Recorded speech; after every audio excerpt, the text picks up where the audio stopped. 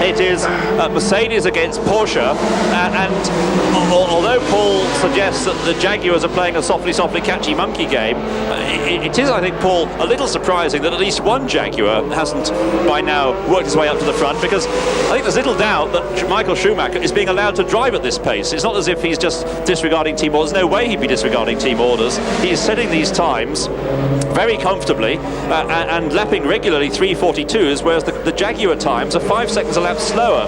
And Michael now opening up a huge gap over Bernd Schneider in number 57. On that lap, he went round 3 minutes 40.248 seconds, 3:40.28. And when I was giving you the results out just now, and we were watching at the same time as I was saying what his fastest lap was in that car, saying that he was coming into contact with that Primagaz Porsche number 51. We were having him doing the fastest lap. He's just done a 3:40.248, and so Schumacher is really moving this Mercedes into a very strong position indeed, ahead of Bernd Schneider in the Porsche number 57, followed by Oscar Leroy number 17, and you can be sure that Mercedes are allowing this to happen. And Paul, I would have thought that this is part of the plan. This is the Mercedes plan. Maybe Peugeot left in the pit zone, and I can hear Martin in my ear. Yes, that's right, Paul. News from the pits.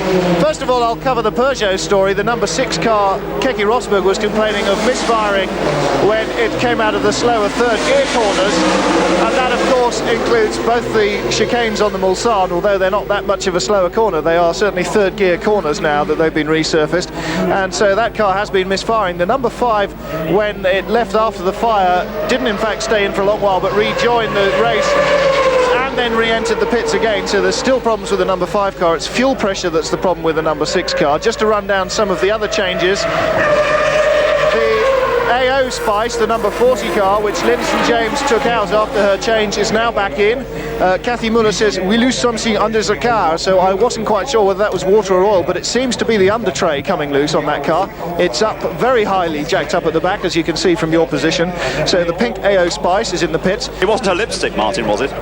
Thank you.